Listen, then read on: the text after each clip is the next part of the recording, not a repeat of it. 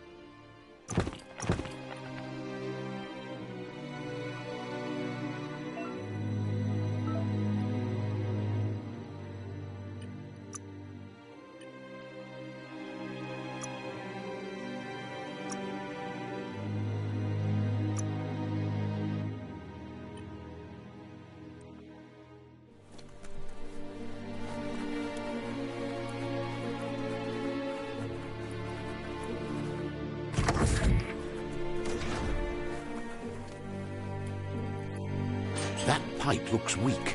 The claw bar should come in handy.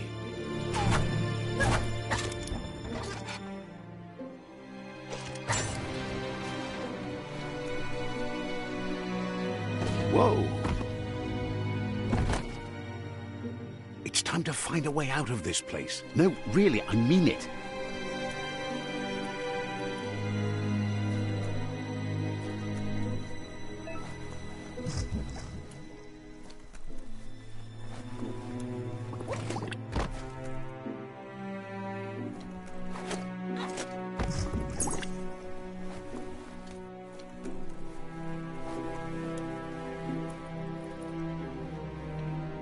The morks produce biomatter in their multi-organ that they shed under distress. Blobs that are cellular coding strands of any living being when absorbed, including you.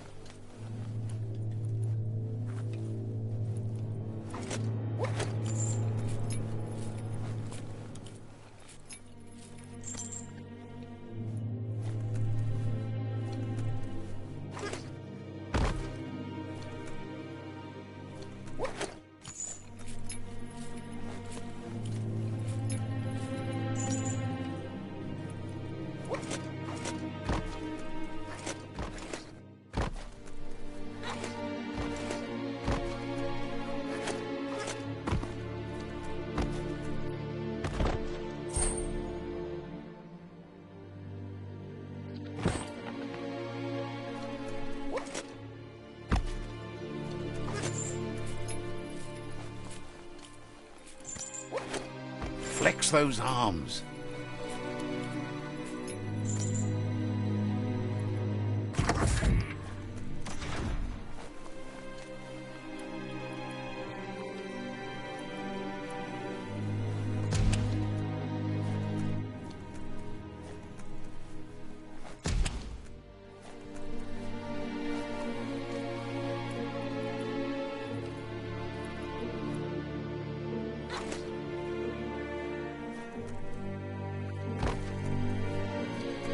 Toxanol built vessels called arks to save themselves from the impending doom.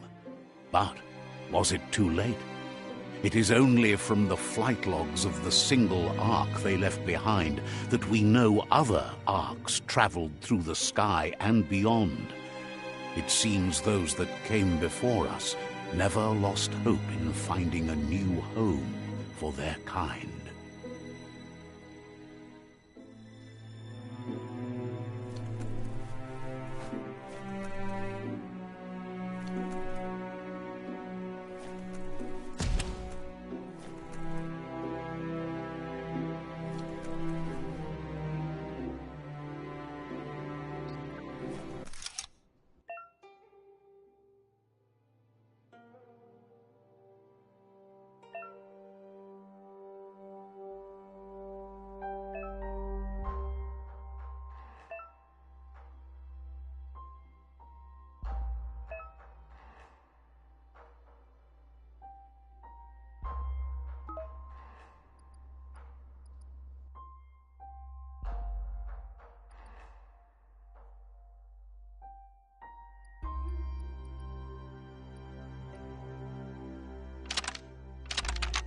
Just a few moves left. Make them count.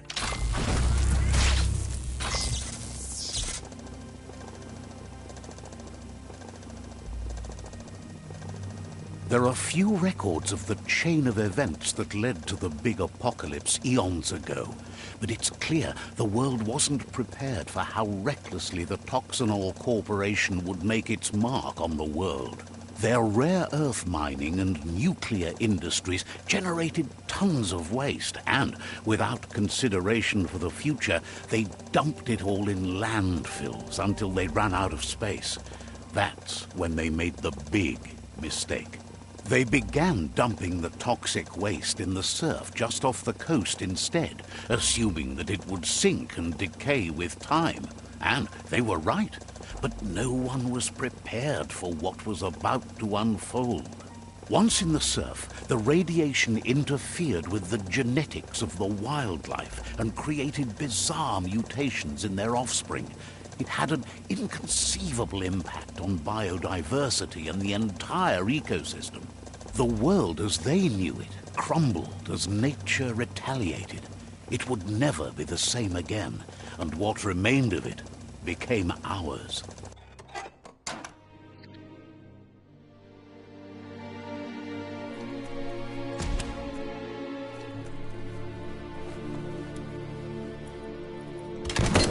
The sound of spark metal going pew pew is never a good thing. It's coming from behind that door. A warning label.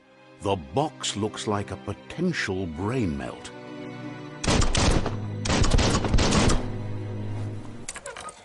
It's going to take a bit of puzzling to short-circuit the door.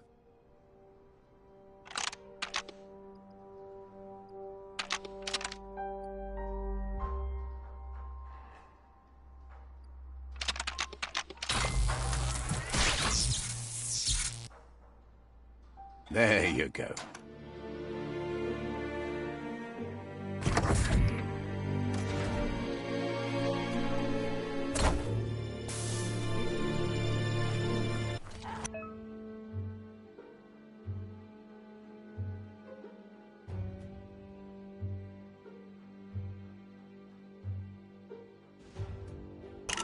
The wheeled one is outnumbered. You'd better help him out.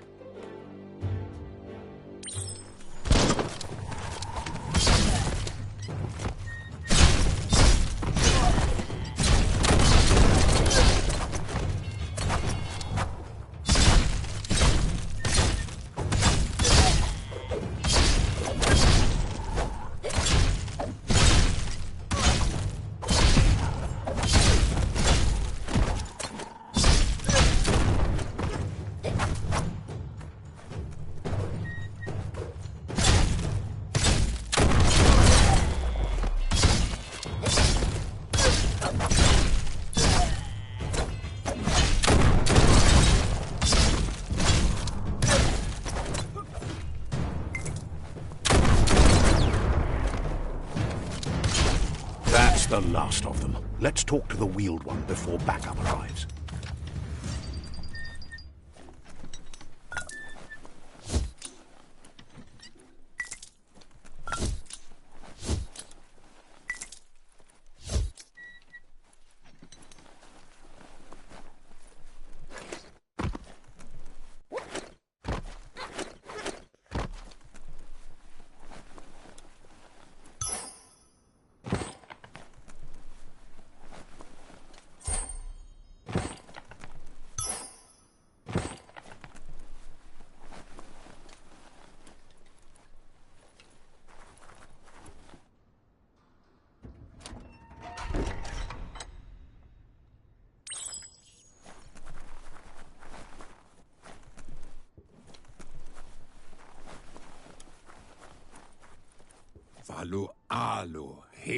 He wants to thank you for taking his side against the scavengers. He sounds familiar. You just can't figure out why. He presents himself as out of date. He knows he's way overdue, but he hasn't given up. He doesn't seem surprised that you don't recognize him. You were just a child back then, the night everything changed. The legend of the one-eyed child that grew up as an outcast is old and sad. The child could have been anyone, but the evil it had fled had left a mark, a facial scar to remember the past. There's no doubt you're the child, and that what Looper Lupin did to your village, your Muma and Popsy, was the beginning of the end. He says it has taken you a long time to bring the past back up to the present, to find your way back, but he's grateful you have. It was after the attack that the unity fell apart. Your Muma's disciples divided and formed tribes as a reaction to the blight that had fallen upon the land. Had it not been for the Tree of Life, no one would have survived. He hopes you at least remember the tree.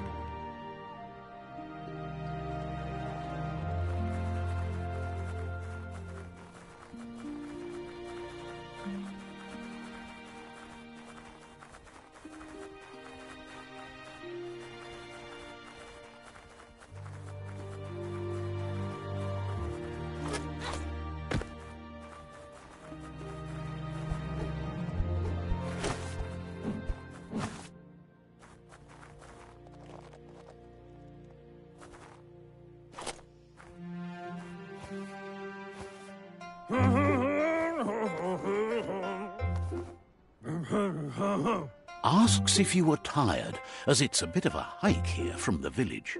He wonders if your Muma knows you are here.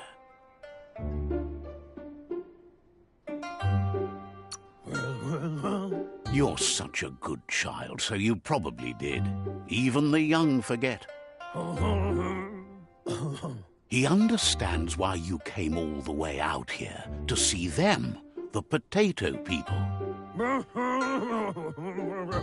The potato people, or Nono, are a wonder, somehow interlinked with this little tree here, fueling its source of life.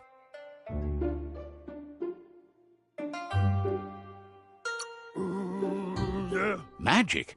He claims it's just the force of life, the existence of energy, powering and connecting all things living, like the Nono.